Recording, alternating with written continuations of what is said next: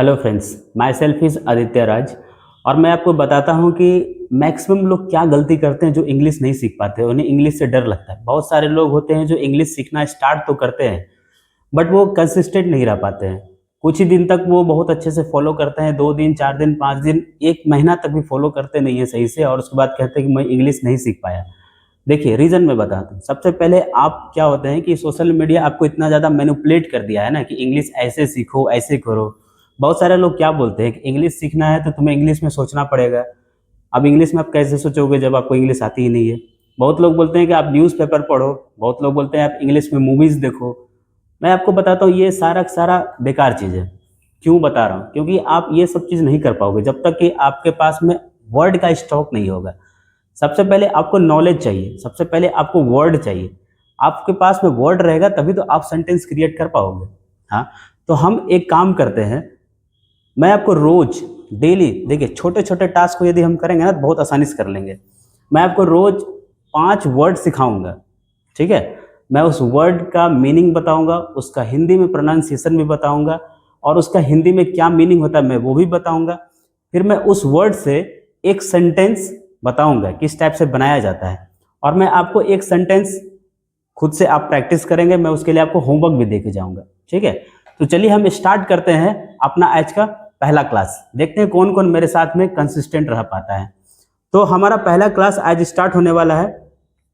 तो हमारा पहला जो वर्ड है वो मेरा पहला वर्ड है बिलीव। आपको पता है कि बिलीव का मतलब क्या होता है? तो देखिए स्क्रीन पे देखिए। बिलीव का मीनिंग होता है विश्वास करना। आपको पता होगा बिलीव का मीनिंग होता है विश्वास करना। हम छोटे छोटे वर्ड को लेके जा रहे हैं ताकि आपको कभी भी प्रॉब्लम नहीं आए। आप जब बेसिक से स्टार्ट करोगे ना तो आप बहुत ही आसानी से हर एक चीज़ को सीख पाओगे। आप स्टार्टिंग में चाहोगे मुझे बड़े बड़े वर्ड दे दिया जाए तो आप नहीं कर पाओगे। इसलिए आपको जो वर्ड पहले आता है उससे स्टार्ट करो। पहले खुद के अंदर में एक माइंड सेट बनाओ कि हाँ मुझे इंग्लिश सीखना है, ठीक है। तो इससे हम एक सेंटेंस बनाते हैं। इससे हम क्या सेंटेंस बना सकते हैं? इससे हम सेंटेंस बना सकते हैं I believe in my self, ठीक है। क्या बना सकते हैं? I believe in my self, okay. तो इसका मीनिंग क्या हो सकता है? इसका मीनिंग होता है मुझे खुद पर विश्वास है। यही होगा ना दोस्तों। चलिए अब हम दूसरे नंबर पे चलते हैं। एंड आवर सेकेंड इज, जिसका इंग्लिश वर्ड है इम्प्रूव, ठीक है। आप इसे इम्प्रूव, प्रोनाउंसिएशन भी आप समझिएगा, इम्प्रूव, ओके। जिसका मीनिंग होता है सुधारना।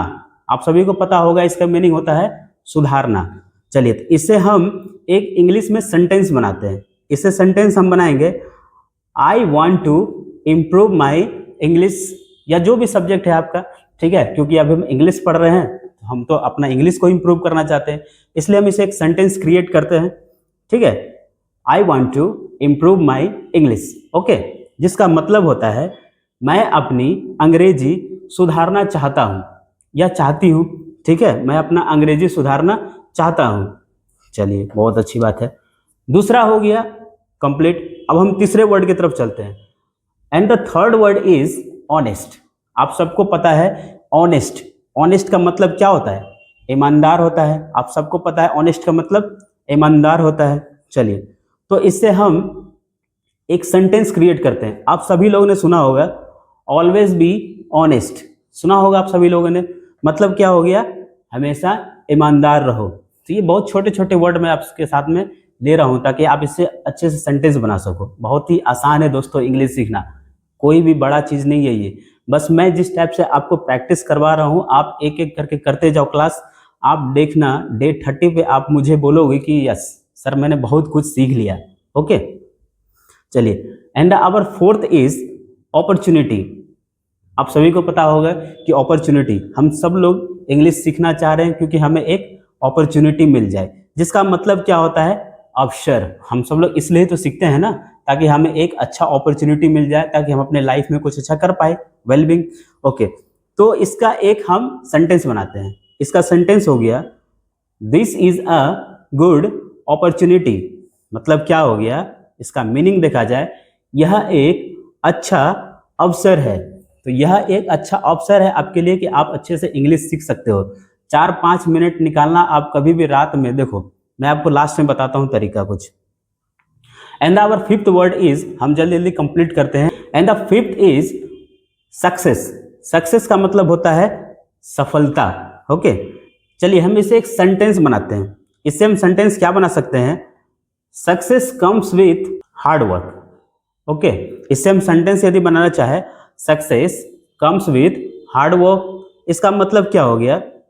सफलता मेहनत से मिलती है। यही हुआ ना दोस्तों, सफलता मेहनत से मिलती है।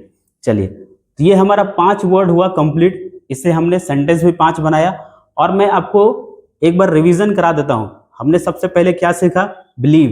बिलीव का मतलब होता है विश्वास करना। उसके बाद हमने सीखा इम्प्रूव। इम्प्रूव का मतलब होता है सुधारना। उसके बाद हमने सीखा ऑनेस्ट, जिसका मतलब होता है ईमानदारी या ईमानदार।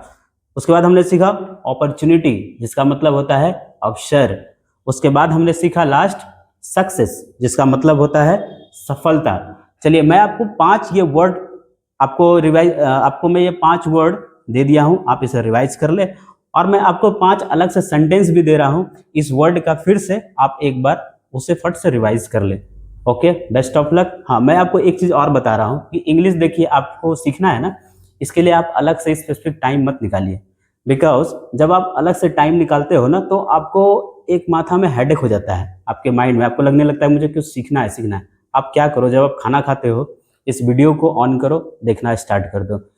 आपके दिमाग में एक विजुअल क्रिएट होगा, जिससे आप बहुत चीज़, फोटोग्राफिक मेमोरी होने के कारण जो है ना, आप बहुत ही आसानी से सीख पाओगे। ओके, उसके बाद आप क्या करो, जब रात में सोने जाते हो, आप उस टाइम एक बार फटाफट 2x पे या 1.5x पे इस वीडियो को फटाफट देख लो। तो इससे क्या होगा ना, आप इंग्लिश को बहुत ही आसानी तरीके से सीख पाओगे। चलिए, ज़्यादा आपका समय नहीं वेस्ट करेंगे। Okay, bye bye.